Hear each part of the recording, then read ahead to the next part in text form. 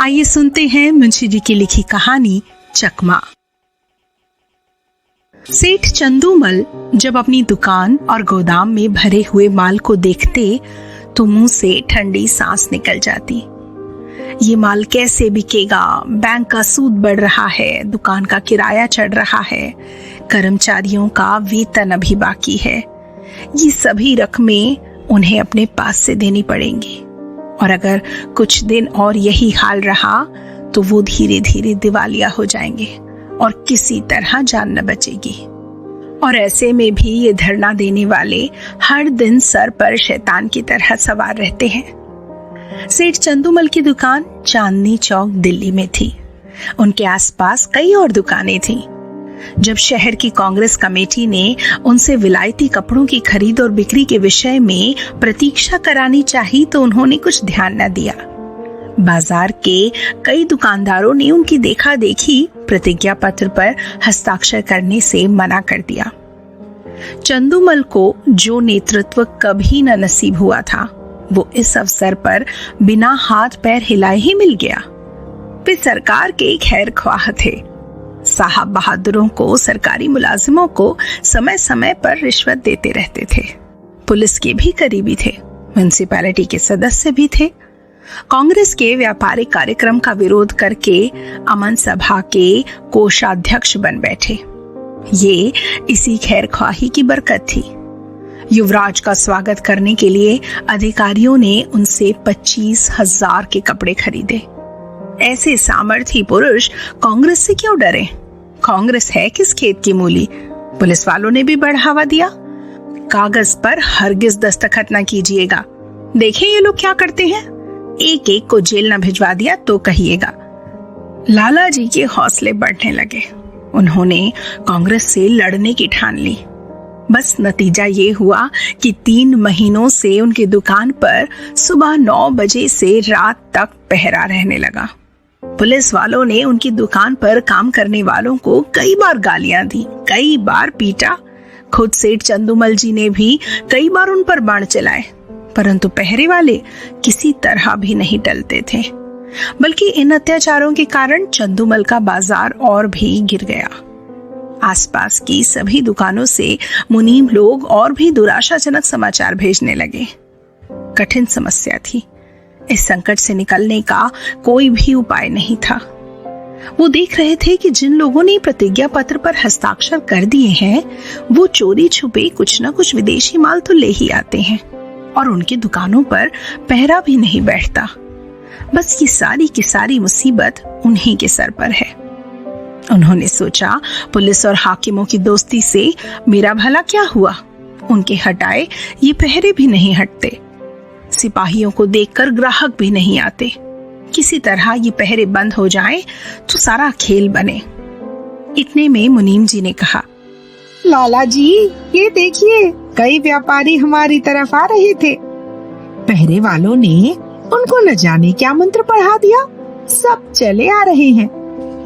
इस पर चंदूमल बोला, अगर इन पापियों को कोई गोली मार देता तो मैं बड़ा खुश होता। ये मेरा सब कुछ बर्बाद करके ही दम लेंगे।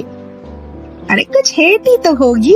अगर आप प्रतिज्ञा पर दस्तखत कर देते तो ये पहरा उठ जाता, तब हम भी ये सब माल किसी न किसी तरह खपा देते। मन में तो मेरे भी यही बात आती है, पर सोचो बेइज्जती कितनी होगी। इतनी हेकड़ी दिखाई, उसके बाद अब नहीं झुका जाता और फिर तो मैं अफसरों की नजरों में भी गिर जाऊंगा और लोग ताने देंगे सो अलग कि चले थे बच्चा कांग्रेस से लड़ने। ऐसी मुंह की खाई कि होश ठिकाने आ गए। जिन लोगों को पीटा और पिटवाया और जिनको गालियां दी, जिनकी हंसी उड़ाई, अब उन सबकी शरण में कौन सा मुंह लेकर जाऊं? लेकिन एक उपाय सूझ रहा है। अगर चकमा चल गया तो पौ 12 है। बात तो तब है जब सांप को मारूं मगर लाठी बचाकर, पहरा उठा दूं पर बिना किसी की खुशामद किए। 9 बज गए थे।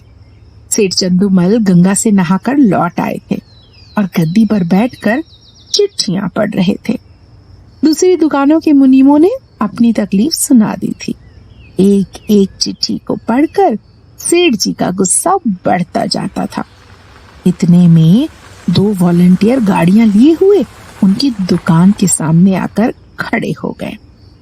सेठ जी ने डांट कर कहा, हट जाओ हमारी दुकान के सामने से। इस पर एक वॉलंटियर ने जवाब दिया, महाराज हम तो सड़क पर हैं, क्या यहाँ से भी चले जाएं? मैं तुम्हारी सूरत नहीं देखना चाहता, तो आप कांग्रेस कमेटी को लिखिए, हमको तो वहां से यहाँ खड़े रहकर पहरा देने का हुक्म मिला है। इस पर एक कांस्टेबल ने आकर कहा, क्या हुआ सेठ जी, क्या बकता है ये लड़का? चंदूमल बोले, मैं कहता हूँ कि दुकान के सामने से हट जाओ, पर ये कहता है कि नहीं हटेंगे, जरा इसकी जबरदस्ती तो देखिए। इस पर कांस्टेबल ने वॉलंटियर से कहा, तुम दोनों यहाँ से जाते हो कि आकर गर्दन नापूं? वॉलंटियर, हम सड़क पर खड़े हैं, दुकान पर नहीं। कांस्टेबल को तो बस अपनी करामात दिखानी थी, ये सेठ जी को खुश करने का कुछ इनाम भी लेना चाहता था। सो उसने वॉलंटियर्स को भला बुरा कहा, और जब उन्होंने उसकी कुछ भी परवाह न की तो एक वॉलंटियर को इतनी जोर से धक्का दिया कि वो बेचारा मुंह के बल पर जमीन पर गिर पड़ा। कई वॉलंटियर इधर उधर से आकर जमा हो गए, कई सिपाही भी आ पहुंचे। अब देखने वालों को तो ऐसी घटनाओं में मजा आता ही है। उनकी भीड़ लग गई, किसी ने हाक लगाई, महात्मा गांधी की जय, और बस औरों ने उसके सुर में सुर मिला दिया। देखते ही देखते एक भीड़ इकट्ठी हो गई। आपने भी ऐसी भीड़ बहुत देखी होंगी ना अपनी जिंदगी में, जहाँ कुछ भी वजह नहीं है लेकिन भीड़ लगी हुई है, मतलब मान न मान और मैं तेरा मेहमान। अब आगे क्या हुआ? एक दर्शक बोला, क्या रे लाला चंदूमल, अपनी दुकान के सामने इन गरीबों की हालत खराब करा रही हो, और तुम्हें जरा भी शर्म नहीं आती? अरे कुछ भगवान का डर भी है कि नहीं है? इस पर सेठ जी बोले, मुझसे कसम ले लो जो मैंने किसी सिपाही से कुछ कहा हो, ये लोग बेकार ही बेचारों के पीछे पड़ गए और मुझे बदनाम करते हैं। इस पर सिपाही बोला, अरे लाला जी, आप ही ने तो कहा था कि दोनों वॉलंटियर मेरे ग्राहकों को छेड़ रहे हैं, अब आप ही निकले जाते हैं। इस पर चंदूमल बोले, अरे बिल्कुल झूठ, सरासर झूठ, 16 आने झूठ। तुम लोग अपनी कारगुजारी की धुन में इससे उलझ पड़े हो। ये बेचारे तो दुकान से बड़े दूर खड़े थे, न किसी से बोलते थे न चालते थे। तुमने जबरदस्ती ही इन्हें मारना शुरू कर दिया। मुझे अपना सौदा बेचना है या किसी से लड़ाई झगड़ा करना है? इस पर दूसरा सिपाही बोला, ओहो लाला जी, बड़े होशियार हो, मुझसे आग लगवाकर खुद अलग हो गए। तुम न कहते तो हमें क्या पड़ी थी इन लोगों के धक्का देने की? दरोगा जी ने भी हमको ताकीद कर दी थी कि सेठ चंदूमल की दुकान का खास ख्याल रखना, वहाँ कोई वॉलंटियर न जाए। तब हम लोग आए थे, तुम फरियाद न करते तो दरोगा जी हमारी तैनाती ही क्यों करते? इस पर चंदूमल ने कहा, अब दरोगा जी को अपनी दिलेरी दिखानी होगी, मैं उनके पास क्यों फरियाद करने जाता? सभी लोग कांग्रेस के दुश्मन हो रहे हैं, थाने वाले तो उनके नाम से ही जलते हैं। क्या मैं शिकायत करता तभी तुम्हारी तैनाती करते? इतने में किसी ने थाने में खबर दी कि चंदूमल की दुकान पर कांस्टेबल्स और वॉलंटियर में मारपीट हो गई है। कांग्रेस के दफ्तरों में भी खबर पहुंची। जरा सी देर में हथियारबंद पुलिस के थानेदार और इंस्पेक्टर वहां पहुंचे। उधर कांग्रेस के कर्मचारी भी दलबल के साथ दौड़े। भीड़ और बढ़ गई, बार बार जयकार की आवाज उठने लगी। कांग्रेस और पुलिस के नेताओं में बहस होने लगी, और इसका फल ये हुआ कि पुलिस वालों ने दोनों को हिरासत में ले लिया और थाने की ओर लेकर चल पड़े। पुलिस अधिकारियों के जाने के बाद सेठ जी ने कांग्रेस के प्रधान से कहा, आज मुझे मालूम हुआ कि ये लोग वॉलंटियरों पर इतना घोर अत्याचार करते हैं।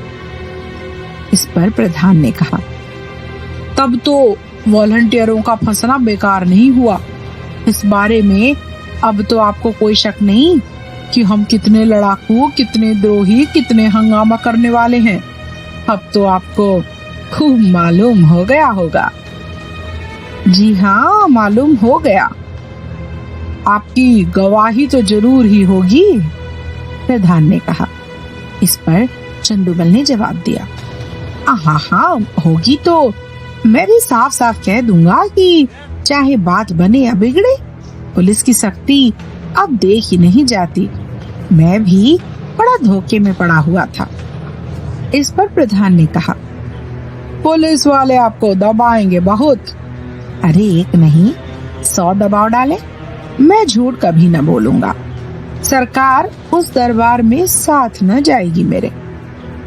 इस पर प्रधान ने कहा, अब तो हमारी इज्जत आपके हाथ है। मुझे आप देशद्रोही न पाएंगे। बस यहाँ से प्रधान और मंत्री तथा अन्य पदाधिकारी चले तो मंत्री जी ने कहा, आदमी सच्चा जान पड़ता है। इस पर प्रधान शक कर बोले, कल तक अपने आप ही साबित हो जाएगा। शाम को इंस्पेक्टर पुलिस ने लाला चंदूमल को थाने में बुलाया और कहा, आपको गवाही देनी होगी। हम आपकी तरफ से बेफिक्र हैं। इस पर चंदूमल बोले, जी हाँ, हाजिर हूँ। इंस्पेक्टर, वॉलंटियरों ने कांस्टेबलों को गालियां दी? मैंने नहीं सुनी। सुनी या नहीं सुनी ये बहस नहीं है। आपको ये कहना है कि वो सब खरीदारों को धक्के देकर हटा रहे थे, हाथापाई कर रहे थे, मारने की धमकी दे रहे थे। यही सब बातें कहनी होंगी। दरोगा जी, वो बयान लाइए जो मैंने सेठ जी के लिए लिखवाया है। इस पर चंदूमल बोले, मुझसे भरी अदालत में झूठ ना बोला जाएगा। अपने हजारों जानने वाले अदालत में होंगे, किस किस से मुंह छुपाऊंगा? कहीं निकलने की जगह भी चाहिए कि नहीं? इंस्पेक्टर, ये सब बातें खुद के मामलों के लिए हैं। पॉलिटिकल मामलों में झूठा सच, शर्म और हया किसी का भी ख्याल नहीं किया जाता। अरे मेरे मुंह में कालिख लग जाएगी। सरकार की निगाह में इज्जत 4 गुना हो जाएगी। जी नहीं, गवाही तो मैं ना दे सकूंगा। आप कोई और गवाह बना लीजिए इंस्पेक्टर साहब। अरे याद रखिए, इज्जत खाक में मिल जाएगी। अरे मिल जाए, मजबूरी है। इस पर इंस्पेक्टर बोला, शांति सभा के खजानची का पद भी छिन सकता है। अरे उससे कौन सी रोटियां चलानी है? बंदूक का लाइसेंस छिन जाएगा। अरे छिन जाए मेरी बला से। इनकम टैक्स की जांच फिर से होगी। अरे जरूर कराइए, ये तो मेरे मन की बात हुई। बैठने को कुर्सी ना मिलेगी। कुर्सी क्या लेके चाटूंगा, दिवाला तो निकला जा रहा है। अच्छी बात है, तशरीफ ले जाइए, कभी तो पंजे में आप आएंगे। इंस्पेक्टर ने चंदूमल से कहा। दूसरे दिन इसी समय कांग्रेस के दफ्तर में कल के लिए कार्यक्रम तय किया जा रहा था। प्रधान ने कहा, सेठ चंदूमल की दुकान पर धरना देने के लिए 2 स्वयंसेवक भेजिए। इस पर मंत्री बोले, पर मेरे ख्याल में वहां आप धरना देने की कोई जरूरत नहीं। क्यों? उन्होंने अभी प्रतिज्ञा पत्र पर दस्तखत तो नहीं किए? हाँ, दस्तखत नहीं किए, पर हमारे मित्र वो जरूर हो गए हैं। पुलिस की तरफ से गवाही न देना यही साबित करता है अधिकारियों का इतना बड़ा दबाव पड़ा होगा, इसका अनुमान किया जा सकता है। ये नैतिक हिम्मत में बदलाव हुए बिना हो ही नहीं सकता। इस पर प्रधान बोले, हाँ, कुछ बदलाव तो जरूर हुआ है। मंत्री, अरे कुछ नहीं महाशय, पूरी क्रांति कहना चाहिए। आप जानते हैं ऐसे मामलों में अधिकारियों की अवहेलना करने का क्या मतलब है। ये राजविद्रोह की घोषणा के समान है। त्याग में संन्यास से इसका महत्वपूर्ण कम नहीं है। आज जिले के सारे अफसर उनके खून के प्यासे हो रहे हैं। आश्चर्य नहीं कि गवर्नर महोदय को भी इसकी सूचना दे दी गई हो। इस पर प्रधान बोले, और कुछ नहीं तो उन्हें नियम का पालन करने के लिए ही प्रतिज्ञा पत्र पर दस्तखत कर देने चाहिए थे। किसी तरह उन्हें यहाँ बुलवाइए, अपनी बात तो रह जाए कम से कम। इस पर मंत्री ने कहा, अरे वो बड़ा आत्म अभिमानी है, कभी ना आएगा। बल्कि हम लोगों की ओर से इतना शक देखकर मुमकिन है कि फिर उस दल में मिलने की कोशिश करने लगे। अच्छा, अच्छी बात है, आपको उन पर इतना भरोसा हो गया है तो उनकी दुकान छोड़ दीजिए। तभी मैं यही कहूंगा कि आपको खुद मिलने के बहाने से उन पर नजर रखनी होगी। अरे आप बेकार इतना शक करते हैं, मंत्री बोले। 9 बजे सेठ चंदूमल अपनी दुकान पर आए तो वहां एक भी वॉलंटियर न था। चेहरे पर मुस्कुराहट की झलक आई। मुनीम जी से बोले, पासा सही पड़ा। इस पर मुनीम बोले, मालूम तो होता है एक महाशय भी नहीं आए। न आए हैं न आएंगे, बाजी अपने हाथ रही। कैसा दाव खेला मैंने, चारों खाने चित। चंदूमल खुशी से फूला समाये ये कह रहा था। आगे बोला, आप भी गजब बातें करते हैं। इन्हें दोस्त बनाने में कितनी देर लगती है? कहिए, अभी बुलाकर जूतियां सीधी करवाऊं? टके के गुलाम है, टके के, न किसी के दोस्त न किसी के दुश्मन। सच कहिए, कैसा चकमा दिया है? इस पर मुनीम ने कहा, अरे बस यही जी चाहता है कि आपके हाथ चूम लूं। सांप भी मरा और लाठी भी न टूटी। मगर कांग्रेस वाले भी इंतजार में होंगे। इस पर चंदूमल बोला, तो मैं भी तो मौजूद हूँ। वो डाल डाल चलेंगे, मैं पात पात चलूंगा। विलायती कपड़े की गांठ निकलवाइए और व्यापारियों को देनी शुरू कीजिए। एक हफ्ते में, बस एक हफ्ते में बेड़ा पार है। तो मैं भी तो मौजूद हूँ। वो डाल डाल चलेंगे, मैं पात पात चलूंगा। विलायती कपड़े की गांठ निकलवाइए और व्यापारियों को देनी शुरू कीजिए।